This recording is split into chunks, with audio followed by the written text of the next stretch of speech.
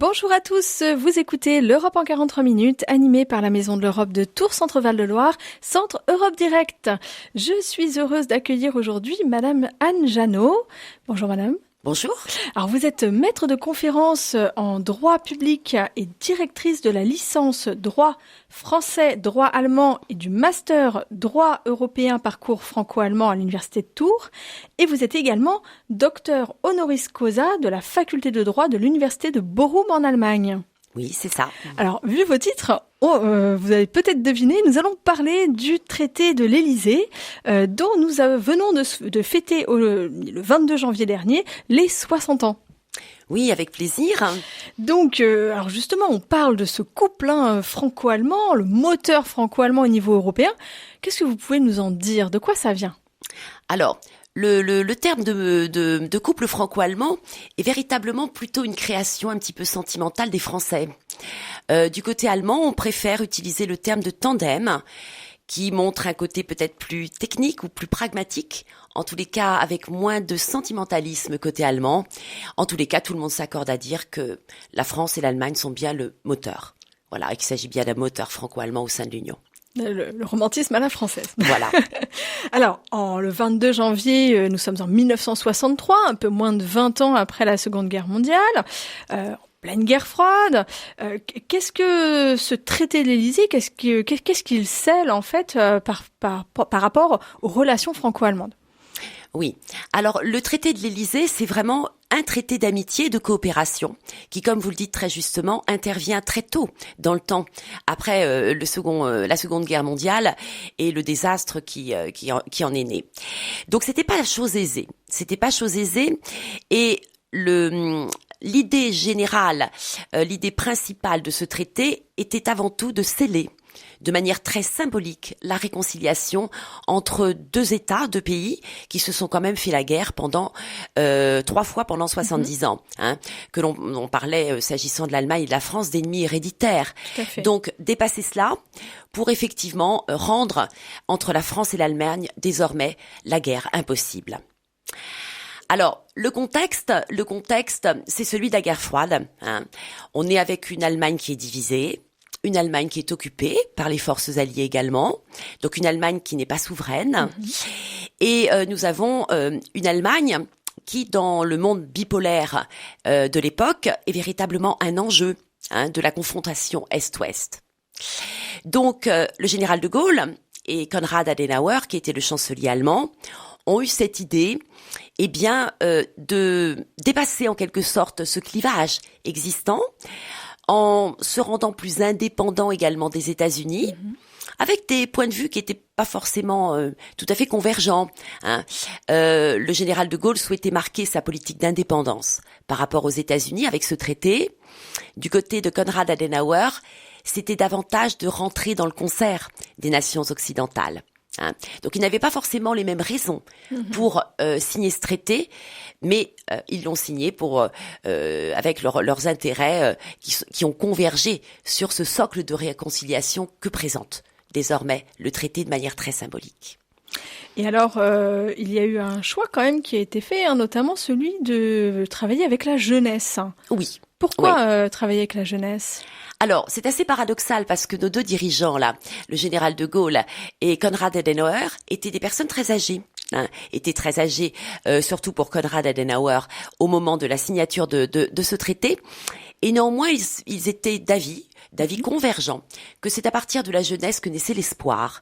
Et qu'à partir de là, c'est à partir de ce ciment-là qu'on allait pouvoir construire une autre génération d'Européens et d'Européens réconciliés.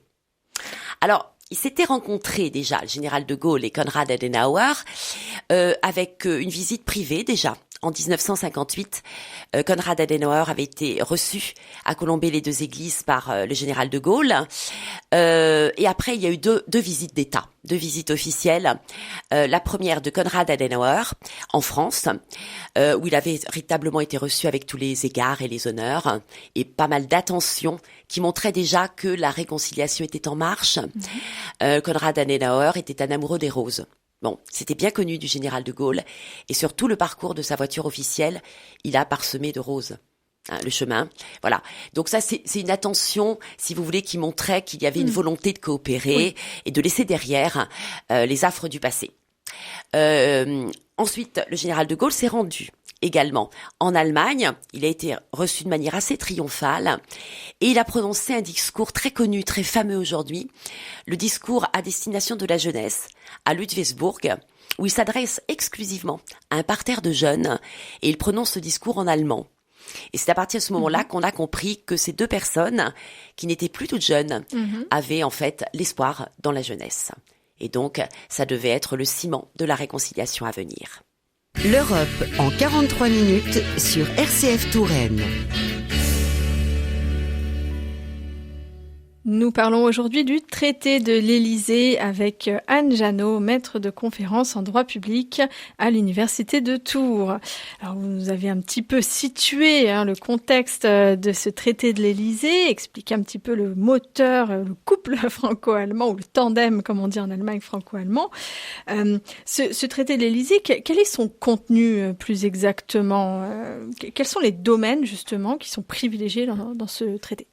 Alors, c'est un traité d'une extrême concision qui tient en 3 pages seulement, mais qui offre en fait un formidable potentiel d'exploration. Et on verra que l'avenir montrera cela. Alors, il y a néanmoins 3 domaines qui ont été jugés prioritaires par les 2 parties contractantes, à savoir l'Allemagne et la France. Il y a les affaires étrangères, il y a la défense, et il y a, comme on l'a dit tout à l'heure, une part très importante réservée également à la jeunesse. Alors, l'idée est d'introduire en fait des rencontres périodiques dans ces 3 domaines, à tous les niveaux. Chefs d'État et de gouvernement, mais également à des niveaux moindres, ministres, et puis des hauts fonctionnaires qui font le lien entre 2 rencontres, par exemple, et qui assurent en fait la continuité de cette coopération. Alors, rencontres périodiques avec un but bien particulier. Les rencontres sont non seulement périodiques, mais elles sont contraignantes. Et l'idée était, en réalité, de mieux se connaître, de s'obliger à se rencontrer pour se concerter, s'harmoniser, dans un espoir donc de paix. Voilà. Quand on se connaît mieux, quand on se comprend mieux, un respect mutuel s'instaure, et de là, on peut avoir des jalons assez solides pour continuer ensemble. Voilà quelle était l'idée. Alors, 3 domaines qui ont connu un devenir assez contrasté. En affaires étrangères, il s'agissait de parvenir par les échanges à des positions analogues, concertées, sur les grands événements du monde, alors en amont de sommets européens ou de grandes échéances internationales, par exemple. En matière de défense, on était plus timide. Je pense qu'on expliquera à un moment donné pourquoi. Bon, c'est un domaine aussi de haute souveraineté, c'est pas le domaine le plus aisé. Les États sont jaloux de leurs prérogatives en la matière. Donc, on a utilisé le futur, c'est-à-dire qu'on tente de rapprocher les doctrines stratégiques pour des plans d'armement communs à l'avenir ou bien des échanges de personnel. Bon, on est déjà dans une démarche plus prudente en matière de défense. Et pour la jeunesse, en revanche, on a des initiatives extrêmement concrètes. Ça passe par, bien sûr, l'apprentissage de la langue du pays partenaire, des facilités qui sont offertes pour l'apprentissage et de l'allemand et du français. Nous avons également des reconnaissances de titres et diplômes, ce genre de choses. Bien avant Erasmus+. Bien avant Erasmus+, effectivement. L'encouragement au jumelage, naturellement. Et puis, une création concrète, directe. L'Office franco-allemand pour la jeunesse, qu'on appelle l'OFAGE, et qui promeut ce type d'échange entre les jeunes. Et l'OFAGE a été très rapidement victime de son succès et a dû faire l'objet d'une réforme importante en 2006 parce que il ne peut plus fournir, en fait, tellement les aides sont nombreuses en la matière. Donc, parce que les demandes d'échanges et de programmes entre jeunes, à hauteur de 10 000 à peu près par an, c'est énorme. sont énormes, voilà. Et donc, en valeur absolue, les fonds, en réalité alloués, ne sont plus suffisants aujourd'hui. Donc l'OFAGE, pour rappeler, ça permet donc bien sûr de faire des projets entre des groupes de jeunes français, des groupes de jeunes allemands, par exemple des associations qui peuvent solliciter l'OFAGE pour obtenir des financements, des aides, des conseils aussi. Oui, des conseils, des financements complémentaires souvent.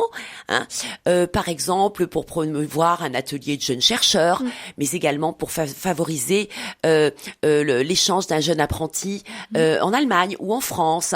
Donc ça se fait en fait à tout niveau. La cible étant les jeunes. Oui, là, les jeunes, même hors cadre scolaire. Hors cadre scolaire, effectivement. Et il y a également des programmes dans l'OFAGE pour pouvoir étudier, partir, par exemple, pour des lycéens, suivre un trimestre. Exactement. Ou un semestre, une année, voire même dans un lycée français ou dans un lycée allemand. Exactement. C'est quelque chose qui fonctionne très très bien évidemment pour les jeunes qui sont demandeurs de cela. Et ça s'appelle les programmes Brigitte Sauzet. Et au lycée, c'est le programme Voltaire. Voilà, qui lui fait suite. Et ça aussi, c'est de nature, bien sûr, à une meilleure connaissance de l'autre. Donc, ce qu'on souhaite mettre en avant, bien sûr, c'est tout ce qui est apprentissage de la langue du pays partenaire, mais bien évidemment aussi tout ce qui est interculturel, et qui tient une part tout aussi importante, naturellement. Donc juste, vous nous avez dit au début que les affaires étrangères étaient, on va dire, le premier volet. Oui. On le voit toujours aujourd'hui. Le président de la République française et le chancelier allemand ou la chancelière à l'époque, Madame Merkel, qui en a connu nos présidents, se rencontrent en fait en amont de chaque sommet européen. Ouais, exactement. On essaye finalement avec les conseils des ministres franco-allemands, qui existent formellement depuis 2003, et bien effectivement de les caler sur des grandes échéances, ce qui n'exclut pas d'autres formats plus intimes.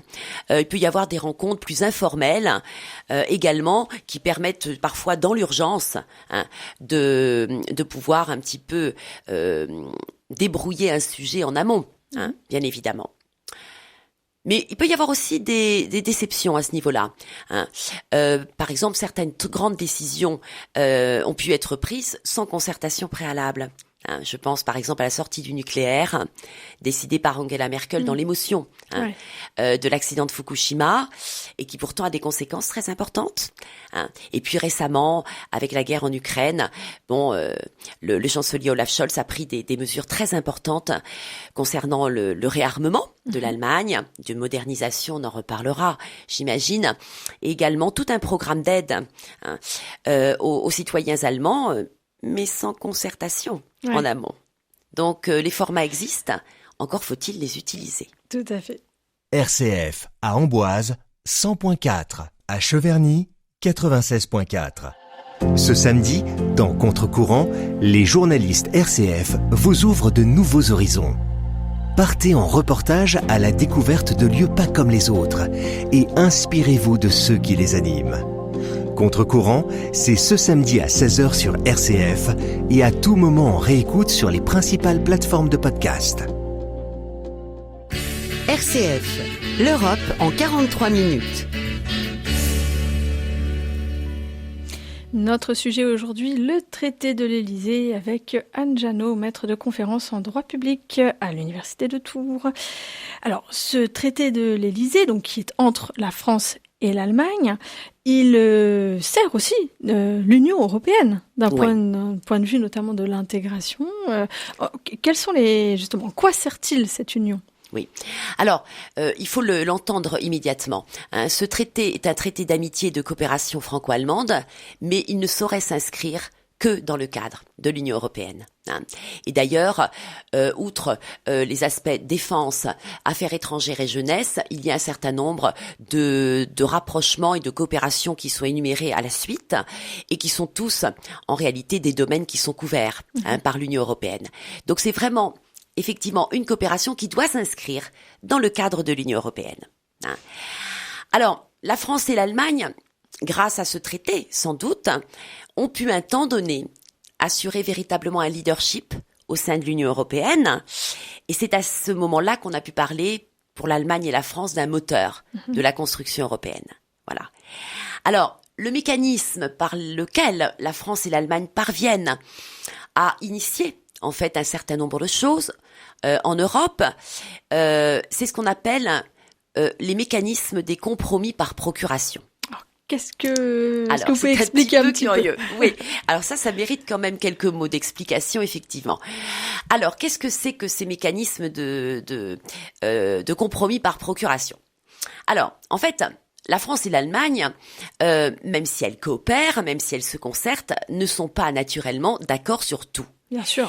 Et naturellement, sur un certain nombre de sujets, elles peuvent avoir des positions qui diffèrent légèrement, voire être sur certaines d'entre elles diamétralement opposées. Et en fait, l'Allemagne défendra une position, la France une autre, en amont d'une décision qui devrait avoir ensuite un écho communautaire. Et les différents États membres vont se reconnaître ou dans la position française ou dans la position allemande. De telle sorte que le compromis que la France et l'Allemagne va pouvoir arriver à créer va permettre également aux États membres de l'Union de se reconnaître derrière ce compromis, plutôt derrière la position allemande ou plutôt derrière la position française, mais ils s'y reconnaîtront. Et de telle sorte, ce compromis va pouvoir être accepté par l'ensemble des partenaires de l'Union. C'est malin. C'est malin, ça ne fonctionne pas toujours. Ça a beaucoup fonctionné. Oui. Jusqu'à l'élargissement de 2004, le grand élargissement à l'Est, l'Union européenne était relativement homogène, encore que déjà élargie, mais homogène en termes de valeurs, de modalités de fonctionnement initiaux. Et là, on avait de manière assez classique une union des partenaires européens qui suivait, peut-être pas comme un seul homme, mais globalement, ce que la France et l'Allemagne avaient initié comme projet, c'est beaucoup moins vrai actuellement, c'est beaucoup moins le cas. Donc ça, c'est effectivement un problème aujourd'hui.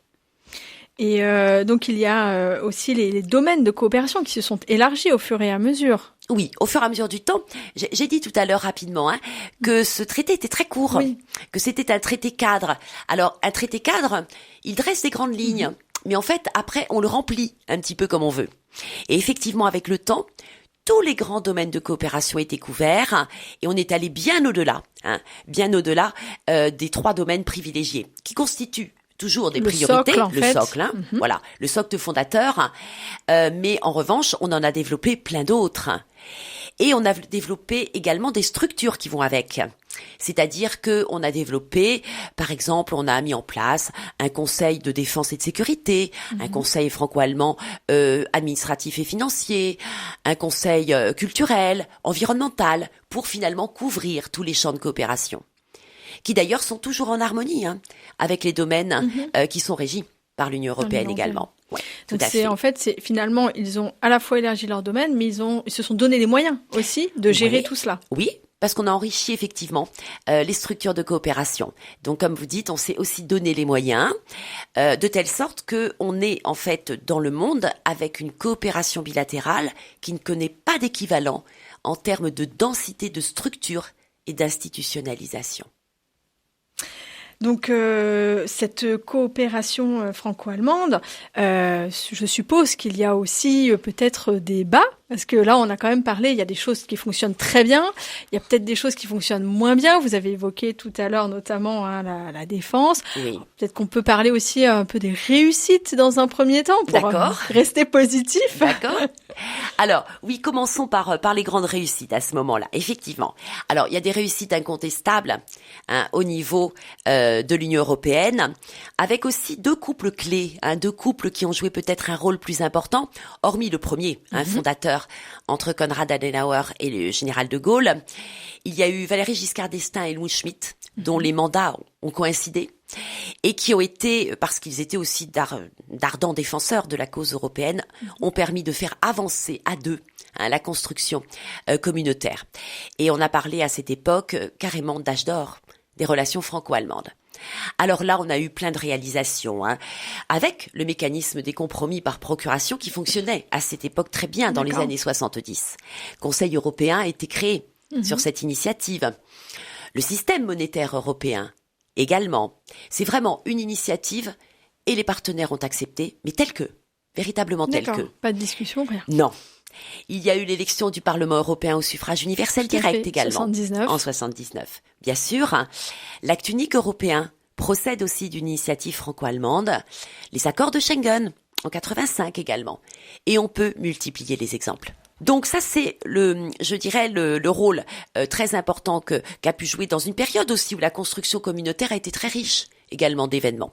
Le deuxième couple, c'est Helmut Kohl et François Mitterrand. Alors là, ils ont bénéficié entre guillemets aussi de l'histoire, puisque c'est le moment de la réunification franco-allemande. Et donc, il faut repenser la construction européenne dans un monde qui a changé. Alors là encore, les deux hommes ont beaucoup fait, traité de Maastricht. Donc ça, c'est très important, effectivement, pour le développement de la construction européenne. L'Europe en 43 minutes sur RCF Touraine. Il y a aussi des réussites incontestables au niveau de la jeunesse. Là, on n'est plus typiquement dans du franco-allemand pur, si je puis dire. On a parlé de l'Office franco-allemand pour la jeunesse, plutôt victime de son succès également. Aujourd'hui, des jumelages, énormément de jumelages entre communes et à tout niveau, des jeunes, des moins jeunes. La création de lycées franco-allemands. Il y en a un, par exemple, à Fribourg, en Allemagne, à Buc, dans la région parisienne. Il y a également l'université franco-allemande. L'université franco-allemande créée en 1999 et qui donc vient suivre, propulser plutôt, soutenir scientifiquement des cursus intégrés français et allemands au niveau du supérieur. Et je dois avouer que nos deux cursus de licence et master dont je m'occupe sont soutenus financièrement et scientifiquement par l'université franco-allemande.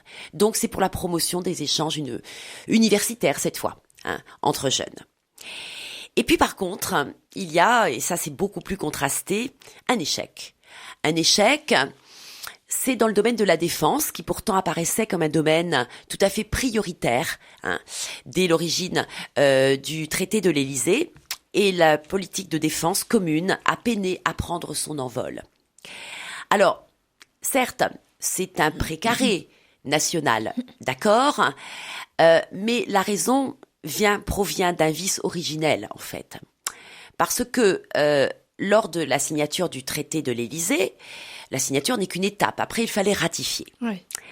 Et les Allemands, lors de leur ratification par leur chambre basse, le Bundestag, la chambre qui représente le peuple, ont rajouté, sans en informer la France, évidemment, un préambule unilatéral et donc additif qui marque, en matière de défense, la fidélité de Bonn, donc Bonn qui était la capitale de l'époque, à l'OTAN. Et bien évidemment, si vous affirmez votre fidélité à Bonn en matière de défense, ça veut dire d'une certaine manière, eh bien, que vous privez de sa substance toute cette partie du traité de l'Élysée consacrée à la défense. Parce que l'OTAN, c'est l'Alliance Atlantique. C'est l'Alliance Atlantique. C'est avec les États-Unis, notamment. C'est bien sûr la direction américaine. Et jurer fidélité à l'allié américain, c'était également rejeter, en quelque sorte, l'allié français.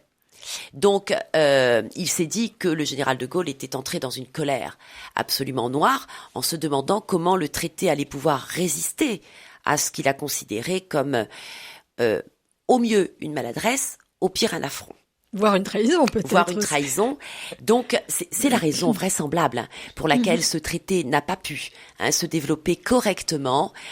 Il y a bien quelque chose. Bon, on a de manière symbolique la brigade franco-allemande qui a pu être créée en 89. Quelques programmes qui ont été lancés et plus récemment une relance avec des grands projets à échéance 2040, projets de avions de combat du futur, chars du futur, mais quand même c'est le domaine qui a le plus souffert du manque de coopération et de l'inefficacité en la matière. On en est resté aux déclarations d'intention, sans mesures concrètes et efficaces. Et du fait de ce préambule. Ce préambule a joué incontestablement au départ un rôle assez négatif, et ça, en quelque sorte, gelé les relations en la matière. Et est-ce que vous savez pourquoi le Bundestag a rajouté ce préambule ? Pourquoi est-ce qu'il était plus attaché à l'alliance avec les États-Unis qu'avec la France ? Oui. Alors, l'Allemagne de cette époque, l'Allemagne de 63, est tiraillée. Elle est tiraillée.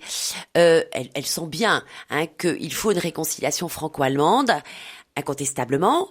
Mais de l'autre côté, elle pense que sa sécurité est assurée par l'OTAN et les Américains. Et on connaît la position du général de Gaulle qui veut faire montre d'indépendance par rapport justement à l'OTAN et l'Alliance Atlantique.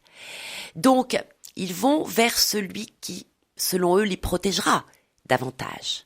Il faut savoir qu'effectivement, l'Allemagne de l'Est, la RDA à l'époque, la République démocratique allemande, était occupée, elle n'était pas occupée par les Russes, mais elle est annexée en fait à l'Union soviétique. Voilà, elle est dans l'orbite, en tous les cas, soviétique, incontestablement. Donc, les Allemands sont tiraillés. Ont-ils fait le bon choix?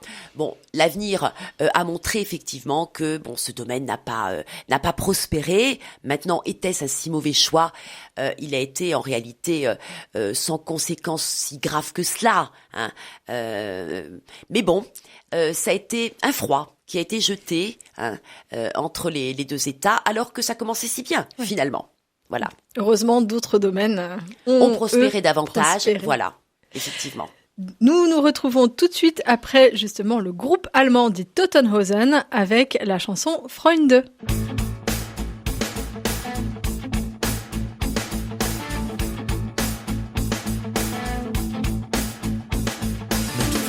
Schrieben wir noch Parolen an die Wand, die keiner von uns damals so ganz genau verstand. Wir waren mit 20 klar dagegen, egal was es gerade war. Hauptsache zusammen und mit dem Kopf durch die Wand.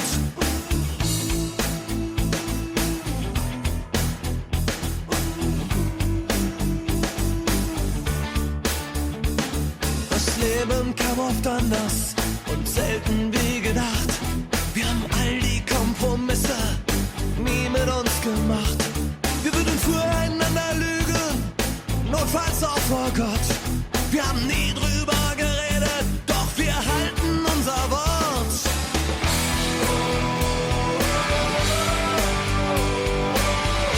Alles, weil wir Freunde sind.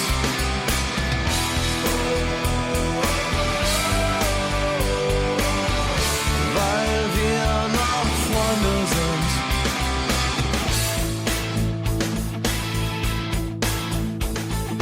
Manche sind gestorben, andere gingen weg. Doch wir hier haben einfach immer alles überlebt. Wir sind anders als die anderen, auch wenn's keine anderen gibt. Wir schwören uns immer wieder, dass das Beste vor uns liegt. Die Jahre ließen Spuren, man kann sie deutlich sehen. Wir würden uns das so nie sagen, weil wir Freunde sind. Wir streiten uns, vertragen uns, alles weil wir Freunde sind. Wir sind immer da, auch ohne Grund, weil wir noch Freunde sind.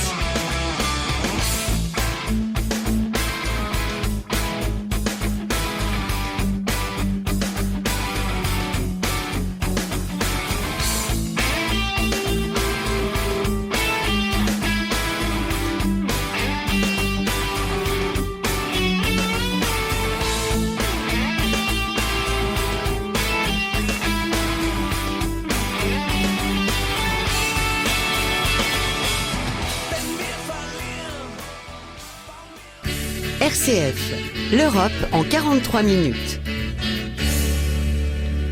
Nous parlons du traité de l'Élysée aujourd'hui avec Anne Janot, maître de conférence en droit public à l'université de Tours. Alors, nous avons vu donc ce traité de l'Élysée, son bilan un peu bon d'un côté, mais contrasté notamment sur le niveau de la défense. Il est âgé, ce traité, puisqu'il a 60 ans. Il a été, je crois, récemment modernisé un petit peu, dépoussiéré avec un autre traité dont vous allez nous parler, le traité notamment d'Aix-la-Chapelle. Oui, tout à fait. Alors, ce bilan contrasté qui concernait la défense, il y avait également un autre aspect qui était devenu dérangeant avec le temps, c'est que oui, le traité avait vieilli, de nouveaux enjeux se faisaient jour, et la méthode qui avait été initialement posée, des rencontres périodiques, si elle avait porté ses fruits, nécessitait quand même une sérieuse actualisation, parce que on avait pu constater beaucoup de déclarations d'intention, beaucoup de symbolique. Alors c'est structurant le symbolique, mais ça méritait quand même d'être dépassé pour en arriver à une plus grande efficacité des projets, notamment qu'ils soient plus concrets et plus visibles pour le citoyen français, allemand et européen. Donc il y avait tous ces aspects-là qui nécessitaient quand même de repenser, de moderniser la relation franco-allemande, qui s'était aussi un petit peu banalisée avec le temps, qui s'était émoussée. Passé le moment très fort de réconciliation, les jeunes générations, pour eux, c'était quelque chose d'acquis. Oui. Et ça relevait de l'évidence, cette réconciliation. Donc il fallait un peu, quoi. Voilà. Donc il y avait une forme de routine, comme un vieux couple, effectivement, qui est devenu, qui cohabite, mais pour lequel il n'y a plus véritablement d'initiative commune. Alors justement, alors, il y a le contexte géopolitique aussi dans les années 2010, 2020, ça change complètement. Bien sûr, ça change complètement. En réalité, le contexte qui avait présidé à la création, à la ratification du traité de l'Élysée est complètement modifié. Naturellement. On a désormais une Allemagne qui est réunifiée, qui a retrouvé sa pleine souveraineté. Nous avons également un couple franco-allemand qui évolue désormais dans une Europe considérablement élargie, à 27 membres. Et puis nous avons de nouvelles menaces. Parce que si la guerre froide est terminée, on a vu poindre néanmoins dans ce monde globalisé, mondialisé, des menaces également nouvelles. Qui se sont faites jour. Et le couple franco-allemand était en fait attendu sur ces questions, dans l'Europe. Alors, c'est Emmanuel Macron qui a eu l'initiative dans son discours de la Sorbonne de repenser la relation pour lui donner un nouveau souffle et de traduire peut-être cette modernisation et ce nouveau souffle par un nouveau traité. Et ce sera le traité d'Aix-la-Chapelle. Qui a symboliquement été signé aussi le 22 janvier 2019 cette fois-ci. Tout à fait, tout à fait. Alors, ce traité d'Aix-la-Chapelle aurait dû, dans l'esprit d'Emmanuel Macron, être signé une année plus tôt. Mais le contexte n'a pas été favorable à cela au moment, puisque lorsqu'Emmanuel Macron a proposé cela à Angela Merkel, côté allemand, elle venait de connaître les élections législatives de septembre 2017 et un très grand nombre de députés de l'AfD, qui est l'extrême droite allemande, étaient arrivés donc au Bundestag. Et elle a eu du mal à constituer une coalition gouvernementale, ce qui a retardé sa réponse. En réalité politique à Emmanuel Macron, puisqu'elle n'en avait pas au moment les moyens politiques. Oui. Donc ça a retardé, mais néanmoins ils ont pu conclure ensemble ce traité. Alors il y a notamment, ce traité marque une implication importante des parlementaires de l'Assemblée nationale française et du Bundestag allemand. Est-ce que vous pouvez nous en dire un davantage ? Oui, alors ça s'explique en fait parce que je viens de vous dire à l'instant. C'est-à-dire que Angela Merkel, l'exécutif allemand, n'a pas apporté de réponse initialement. Donc la nature ayant horreur du vide, ce sont les parlementaires les plus engagés. Dans la construction franco-allemande, des parlementaires qui sont souvent des parlementaires de régions transfrontalières, ou bien qui ont des origines, en tous les cas, des parlementaires intéressés et convaincus d'ailleurs, ont décidé de prendre cette place laissée vacante pour essayer de peser sur les négociations du futur traité et d'adjoindre, et c'est ça qui est très intéressant, à ce nouveau traité, un accord interparlementaire qui donnerait naissance à une assemblée parlementaire franco-allemande. Voilà. Qui a vu le jour d'ailleurs. Qui a vu le jour, dans le sillage du traité d'Aix-la-Chapelle. Cette assemblée parlementaire franco-allemande permet de donner désormais une dimension parlementaire à la coopération franco-allemande et permet donc de faire le relais également avec la société civile. Donc c'est un ensemble maintenant tout à fait complet que nous avons au niveau de la coopération franco-allemande avec un exécutif, le Conseil des ministres franco-allemands, mais également désormais une assemblée parlementaire franco-allemande. Et alors, il y a également de nouveaux domaines, de nouveaux enjeux qui ont fait jour, notamment le climat, le numérique. Oui, tout domaine qui ne pouvait pas être imaginé au moment de la signature du traité en 1963. Donc, il y avait ce besoin d'actualisation à de nouveaux domaines. Donc, on a renforcé déjà les domaines existants. Les domaines qui étaient couverts par le traité, mais sans que ce soit indiqué, ont été également inscrits dans le traité. Et puis, on a inscrit, bien sûr, de nouveaux domaines, le numérique, les enjeux climatiques, naturellement, avec une volonté de coopération renforcée dans tout cela. Et notamment au niveau aussi transfrontalier. Alors ça, c'est encore, je dirais, encore plus important.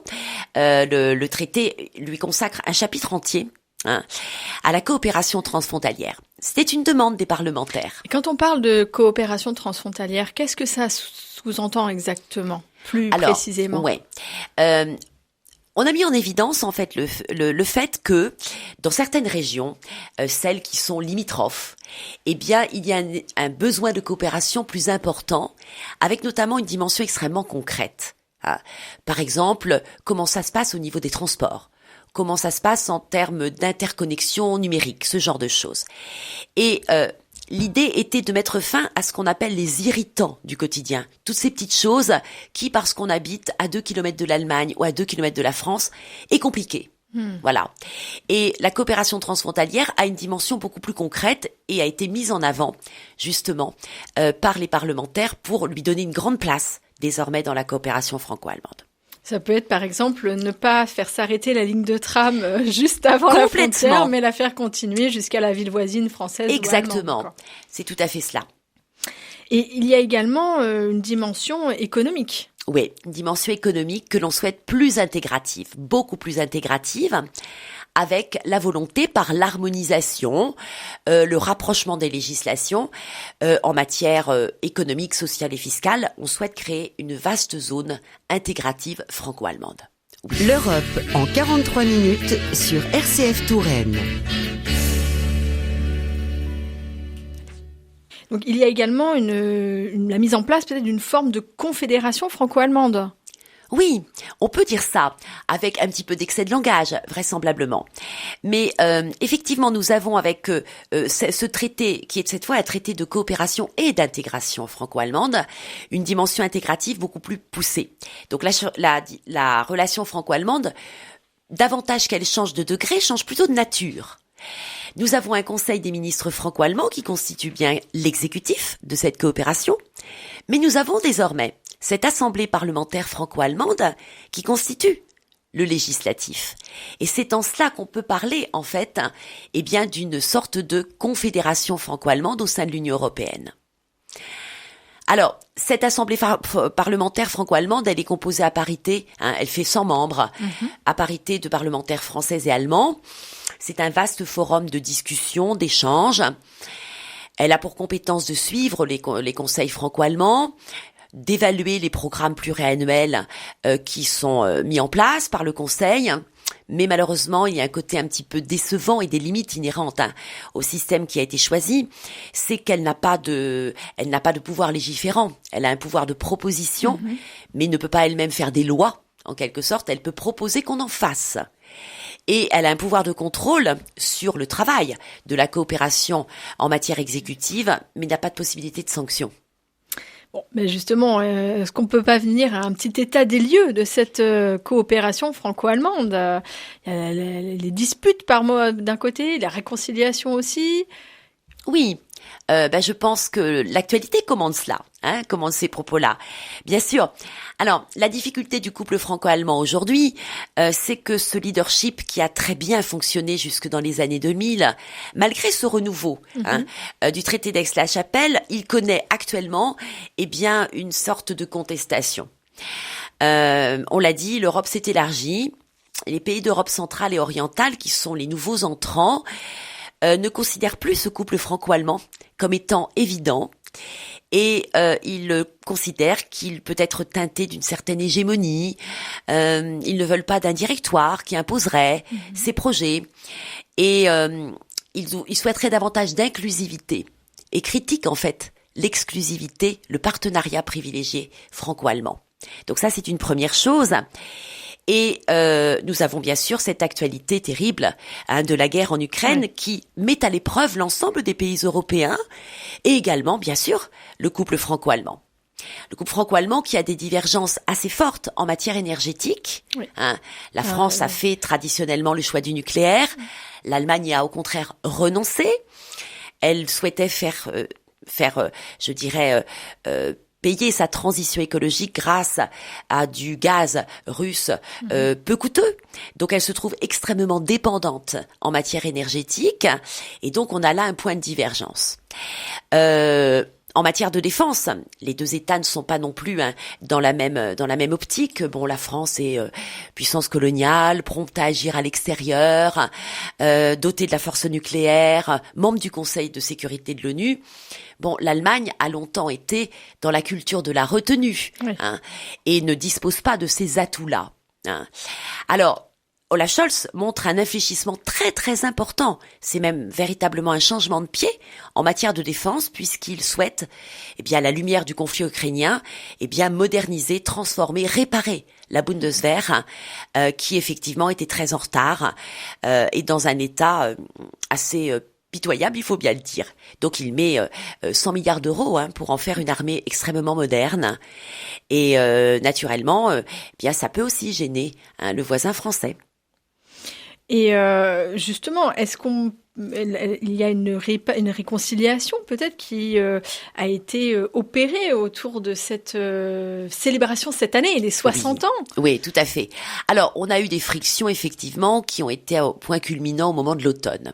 Au moment de l'automne, il y a eu plusieurs reports du Conseil des ministres franco-allemands, ce qui ne s'était jamais produit depuis 2003, qui a laissé entendre qu'il y avait effectivement des sujets de tension, de friction dans ce couple. On les a peut-être un petit peu surmédiatisés. En tous les cas, il y a eu des échanges informels qui se sont tenus hors de ce format préétabli et la réconciliation s'est effectivement opérée lors du Conseil des ministres franco-allemands qui s'est tenu donc lors de la célébration des 60 ans du traité de l'Élysée. On parlait de symbolique en début d'émission, c'est ça. Donc on boucle, la boucle semble bouclée effectivement. Mais quelles sont les perspectives d'avenir pour le traité ? Alors, les perspectives d'avenir, quelles sont-elles ? Je crois que, le couple franco-allemand, il est incontournable. Il n'y a en fait pas de véritable alternative au sein de l'Union européenne, d'autant plus que la Grande-Bretagne a quitté l'Union européenne. Donc, pas d'alternative possible, mais il faut améliorer un certain nombre de choses.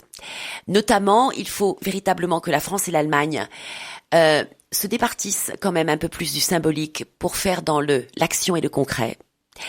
Et il faut également qu'elles aient le souci de l'inclusivité. Faire des projets à deux, avoir un partenariat privilégié, c'est bien, mais il faut nécessairement aussi inclure les autres partenaires européens. Et je crois que si effectivement l'Allemagne et la France ont un comportement exemplaire, elles retrouveront la légitimité qu'elles ont quelque peu perdue dans le temps, avec le temps. Merci beaucoup Madame Jeannot. C'était l'Europe en 43 minutes, émission animée par la Maison de l'Europe de Tours Centre Val de Loire, Centre Europe Direct. À bientôt. Merci.